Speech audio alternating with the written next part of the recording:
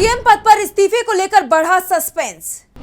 दिल्ली जाने की जगह शुरू कर दी समृद्धि यात्रा। सीएम पद बीजेपी को सौंपने को तैयार नहीं जेडीयू। बीजेपी नीतीश पर बना रही है इस्तीफा देने का दबाव। नीतीश कुमार के मन में क्या चल रहा है, इसे लेकर बीजेपी में बेचैनी दिखाई दे रही है। नीतीश राज्यसभा चुनाव जीत गए हैं। चुनाव में उन्हें सबसे ज्यादा वोट मिले। बीजेपी के राष्ट्रीय अध्यक्ष नीतीश के साथ राज्यसभा का चुनाव लड़ रहे थे। जितने वोट बीजेपी के राष्ट्रीय अध्यक्ष को मिले, उतने ही नीतीश कुमार को भी मिले। चुनाव में जीत के बाद बीजेपी में खुशियां मनाई जा रही हैं, लेकिन जेडीयू में सन्नाटा दिखाई दे रहा है। जेडीयू के नेता तो चाहते थे कि नीतीश राज्यसभा का चुनाव ही हार जाएं, ना वो चुनाव जीते और ना ही दिल्ली जाएं, पटना में ही रहें। फिलहाल नीतीश दिल्ली नहीं जा रही हैं, बिहार में ही रहेंगे। सीएम पद से इस्तीफा देंगे या नहीं देंगे, इस पर भी सस्पेंस पैदा हो गया है, क्योंकि नीतीश अब एक नई यात्रा पर निकल पड़े हैं, जिसने बीजेपी की टेंशन को बढ़ा दिया है। नीतीश की यात्रा कैसे बीजेपी की बढ़ा रही है चिंता, इसी पर आज हम अपनी स्पेशल रिपोर्ट में करेंगे बात। नमस्कार, मैं आंचल।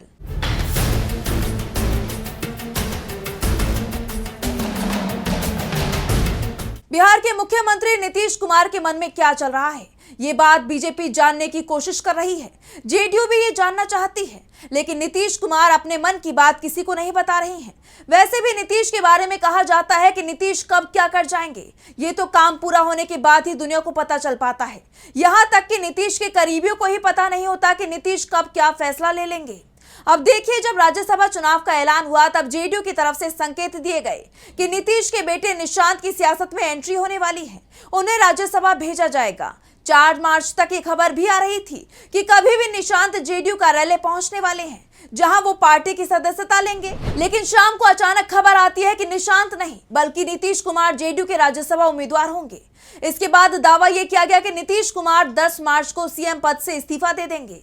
10 मार्च के बाद इस्तीफे की अगली तारीख 14 मार्च बताई गई, और जब 14 मार्च भी निकल गई तो कहा गया कि 16 मार्च को राज्यसभा चुनाव के नतीजे आने के बाद नीतीश सीएम पद छोड़ देंगे। अब तो चुनाव के नतीजे भी आ गए हैं, लेकिन नीतीश कुमार इस्तीफा देने की जगह बिहार की यात्रा पर निकल गए हैं, और ये कहा जा रहा है कि वो जल्दी इस्तीफा देने को तैयार नहीं है। अब नीतीश एक और यात्रा पर निकल गए हैं। आमतौर पर नीतीश कुमार जब भी कोई यात्रा शुरू करते हैं तो उसके पीछे 2 ही कारण होते हैं। पहला तो ये कि वो जन समर्थन जुटाने के लिए करते हैं। नीतीश की यात्रा हमेशा चुनावों के आसपास होती है, या तो लोकसभा का चुनाव हो या फिर विधानसभा का चुनाव, लेकिन इस वक्त तो इन दोनों में से कोई भी चुनाव नहीं है। फिर नीतीश को यात्रा की जरूरत क्यों पड़ रही है? क्योंकि नीतीश अपनी यात्रा के दौरान जनता के मन को भी टटोलते हैं, पता करते हैं कि जिस गठबंधन के साथ इस समय वो सरकार चला रही है, वो सही से चल रही है या कुछ गड़बड़ी हो रही है। जनता का मूड अगर गठबंधन के खिलाफ होता है तो वो पलटी मारने की तैयारी कर लेते हैं। नीतीश ने पहले जब भी पलटी मारी है तो उससे पहले उन्होंने कोई ना कोई यात्रा जरूर निकाली, जनता के मूड को भापा और उसके बाद फैसला किया। और अब नीतीश की इस समृद्धि यात्रा के बारे में भी जान लेते हैं। नीतीश कुमार की समृद्धि यात्रा 20 मार्च तक चलेगी। इस दौरान वो राज्य के 8 जिलों को कवर करेंगे, विकास योजना का मौके पर निरीक्षण करेंगे, नई परियोजना का शिलान्यास और उद्घाटन करेंगे। इसके साथ ही जिला स्तरीय अधिकारियों के साथ समीक्षा बैठक करेंगे। जिन जिलों में ये यात्रा पहुंचेगी उसमें भागलपुर, बांका, जमुई, नवादा, मुंगेर, लखीसराय, औरंगाबाद और गया शामिल है। अब देखिए, 17 मार्च की सुबह नीतीश कुमार भागलपुर पहुंचे। यहीं से उन्होंने यात्रा की शुरुआत भी की, अधिकारियों के साथ समीक्षा बैठक भी की। बाद में दोपहर को वो बांका पहुंच गए। यहाँ कई परियोजनाओं का उन्होंने उद्घाटन और शिलान्यास किया। इसके बाद 18 मार्च को पहले वो जमुई पहुंचेंगे, फिर नवादा में अधिकारियों और जनता के साथ बैठक करेंगे। 19 मार्च को नीतीश कुमार मुंगेर और लखीसराय जिले का दौरा करेंगे। मुंगेर में सुबह विकास कार्यों का निरीक्षण करेंगे और दोपहर बाद लखीसराय में परियोजना का उद्घाटन और समीक्षा करेंगे। यात्रा के अंतिम दिन यानी 20 मार्च को सीएम नीतीश कुमार गया और औरंगाबाद जिलों की यात्रा करेंगे। गया में विकास योजना का निरीक्षण करेंगे, वहीं औरंगाबाद में जन संवाद कार्यक्रम में शामिल होंगे। लोकसभा और विधानसभा दोनों ही चुनावों में एनडीए को यहां जबरदस्त जीत मिली थी, और अब नीतीश का यहां जाना बहुत कुछ संकेत दे रहा है। दरअसल नीतीश कुमार राज्यसभा जाएं ये जेडीयू का कोई नेता नहीं चाहता, लेकिन उम्र और स्वास्थ्य के चलते नीतीश कुमार पर दबाव बन रहा था कि वो सीएम पद छोड़ दें।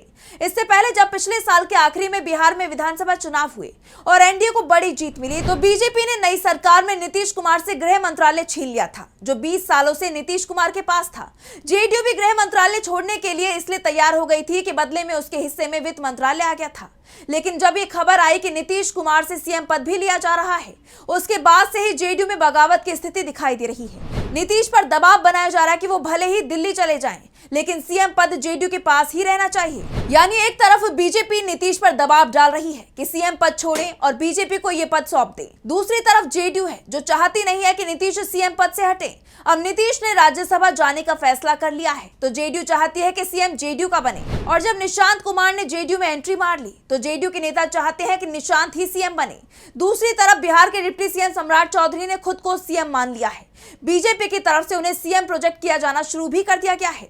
वैसे बीजेपी के पर्ची सिस्टम में किसका नाम होगा ये ना तो सम्राट को पता है और ना ही दूसरे डिप्टी सीएम विजय सिन्हा को, लेकिन ये पर्ची पटना आएगी तब जब नीतीश कुमार सीएम पद बीजेपी को देने को तैयार होंगे। और जिस तरह से नीतीश कुमार यात्रा पर निकले हैं, बीजेपी के तमाम दबाव के बावजूद उन्होंने अपनी यात्रा को टालने से इनकार कर दिया है। उससे बीजेपी के अंदर हलचल मची हुई है। एक तरफ बीजेपी नीतीश पर इस्तीफे का दबाव बना रही है तो दूसरी तरफ नीतीश कुमार यात्रा पर निकल गए हैं और यात्रा के बाद नीतीश कोई बड़ा ऐलान कर सकते हैं। वैसे बिहार विधानसभा चुनावों के नतीजे आने के बाद महागठबंधन की तरफ से उन्हें साथ आने का न्योता दिया गया था, लेकिन तब नीतीश कुमार को एनडीए की तरफ से भी सीएम पद दिया गया था। इसलिए नीतीश ने महागठबंधन के न्योते का जवाब नहीं दिया था। अब महागठबंधन नीतीश के फैसले पर नजर बनाए हुए है। वैसे पूर्णिया से सांसद पप्पू यादव ने तो नीतीश कुमार को सख्त चेतावनी देते हुए कह भी दिया है कि बीजेपी पर भरोसा ना करें। बीजेपी किसी भी दल को निगल जाती है, एक बार सीएम पद हाथ से गया तो फिर वापस नहीं मिलेगा, जेडीयू ही खत्म हो जाएगी। इसलिए अगर नीतीश सीएम पद छोड़ रहे हैं तो नीतीश अपनी कुर्सी अपने बेटे निशांत को सौंप दे। बीजेपी से निशांत के नाम पर समर्थन मांगे। जेडीयू के नेता भी यही चाहते हैं कि नीतीश नहीं तो निशांत ही सही, उनके नाम पर जेडीयू में कोई विरोध नहीं है। फैसला नीतीश को लेना है और फैसला वो समृद्धि यात्रा के बाद ही लेंगे।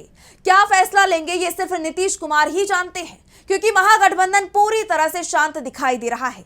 बीजेपी के नेता भी सांस रोके नीतीश कुमार के फैसले का इंतजार कर रहे हैं।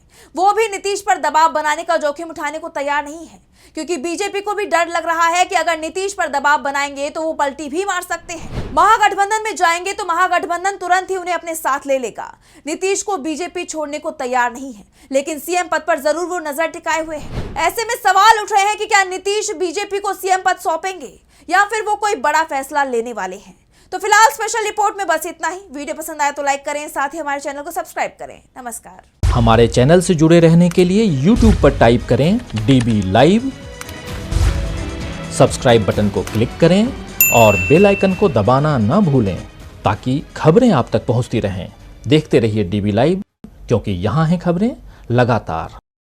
हमारे चैनल से जुड़े रहने के लिए YouTube पर टाइप करें DB लाइव, सब्सक्राइब बटन को क्लिक करें और बेल आइकन को दबाना न भूलें ताकि खबरें आप तक पहुंचती रहें। देखते रहिए DB लाइव, क्योंकि यहाँ हैं खबरें लगातार।